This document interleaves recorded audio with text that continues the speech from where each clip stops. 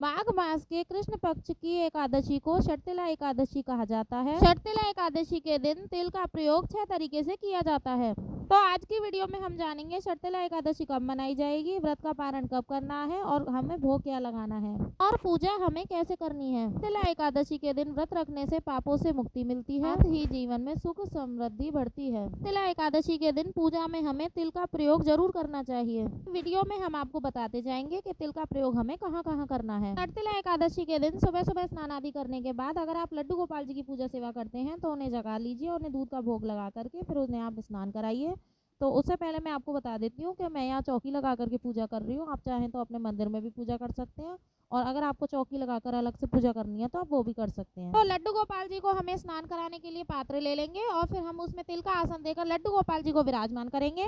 अब हम जिस जल से लड्डू गोपाल जी को स्नान कराएंगे उस जल में हम तिल मिला लेंगे। चाहे तो लड्डू गोपाल जी के लिए तिल का उपनयन भी बना सकती हैं, उसे लगाकर आप लड्डू गोपाल जी को स्नान करवा सकते हैं। कि शर्तिला एकादशी वाले दिन तिल का प्रयोग हमें 6 तरीके से करना चाहिए। चलिए जानते हैं तिल हमें कैसे उपयोग में लाने हैं। तो स्नान में, दान में, हवन में, तर्पण में, पूजा में, हवन में, इस तरीके से हमें तिल का उपयोग करना है। शर्तिला एकादशी के दिन जो भी हम फलाहार करेंगे उसे हम तिल से ही बना हुआ फलाहार हमें लेना है। लड्डू गोपाल जी को स्नान कराने के बाद उन्हें हम सॉफ्ट टॉवल से पोंछ लेंगे और कर लेंगे उनका श्रृंगार। एकादशी के दिन लड्डू गोपाल जी को आप इत्र सेवा जरूर दें। देखिए यहाँ पर हम लड्डू गोपाल जी को इत्र सेवा देंगे। देखिए यहाँ पर हमने लड्डू गोपाल जी को और गणेश जी को तिल का आसन दे करके हमने विराजमान कर लिया है। इसके बाद हम हाथ में तिल लेकर संकल्प करेंगे, हे भगवान मैं आपके निमित्त पूजा कर रही हूँ या कर रहा हूँ, आप मेरी पूजा स्वीकार करें और अगर जाने अनजाने में कोई गलती हो जाए तो हमें क्षमा करें। इसके बाद जो हम हाथों में तिल लिए थे वो हम लड्डू गोपाल जी और गणेश जी के चरणों में समर्पित कर देंगे। इस तरह से संकल्प करने के बाद हम जल का लोटा लेंगे और भगवान जी को भाव रूप में स्नान कराएंगे। उसके बाद आपको दिया जलाना है। तो दिया आप देसी घी का जला सकते हैं या आप तिल का जला सकते हैं। आप तिल का दिया जरूर जलाएं और अगर आप देसी घी का दिया जला रहे हैं तो अच्छी बात है, आप उसमें तिल डाल सकते हैं। उसके बाद हम गणेश जी को वस्त्र स्वरूपी का लावा समर्पित करेंगे।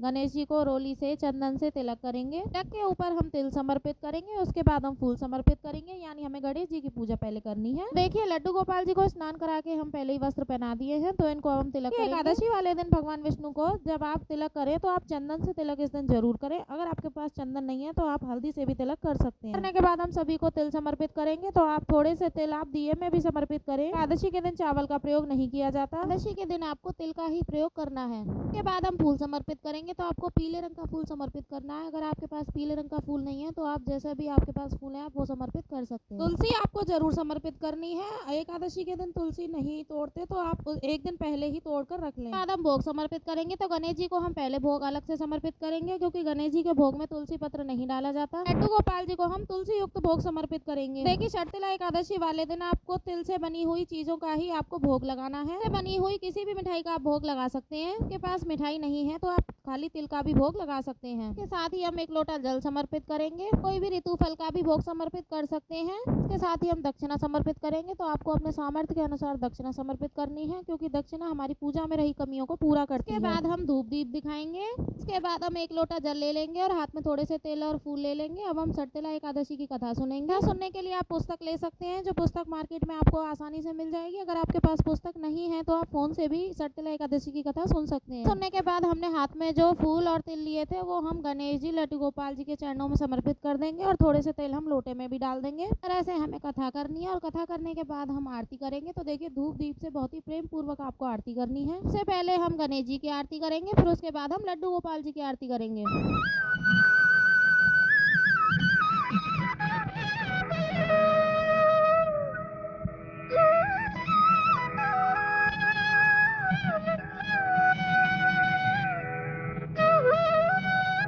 प्रेम पूर्वक आरती करने के बाद पूजा में रही कमियों के लिए क्षमा याचना करेंगे और अपने परिवार की मनोकामना पूर्ति के लिए प्रार्थना करेंगे। इस तरह से हमारी शर्तिला एकादशी की सुबह की पूजा पूरी हो जाएगी और शाम को भी हमें इसी तरह से जो है ये चौकी लगी रहने देनी है और उस पर दिया जलाना और आरती करनी है, पूजा करनी है ठाकुर जी की। पूजा के बाद जो जल का लोटा है वो हम सूर्य भगवान को अर्घ दे देंगे और जो भोग प्रसाद हमने समर्पित किया है वो हम अपने परिवार में सभी सदस्यों को प्रसाद स्वरूप बांट सकते हैं। दक्षिणा है उसे आप अगले दिन तेल गुड़ घी कंबल वगैरह जो भी आप अगर कुछ दान करें तो आप उस पर रखकर इसको दान कर सकते हैं। व्रत करते हैं तो तिल से बना हुआ फलाहार ही आपको इस दिन लेना है। तिल से बने हुए फलाहार का इस दिन बहुत महत्व होता है। एकादशी वाले दिन तिल का 6 तरह से प्रयोग आप जरूर करें, बहुत शुभ माना जाता है। तिला एकादशी इस वर्ष 14 जनवरी को है। पारण है 15 जनवरी सुबह 9:30 तक पर आपको व्रत का पारण कर लेना है। तिला एकादशी का व्रत करने से पापों से मुक्ति मिलती है और जीवन में सुख समृद्धि की प्राप्ति होती है। दिन पवित्र नदी में स्नान करने से पुण्य फल की प्राप्ति होती है। वीडियो पसंद आया हो तो वीडियो को लाइक जरूर करें। मिलते हैं फिर किसी नेक्स्ट वीडियो में, तब तक के लिए राधे राधे, हरे कृष्णा।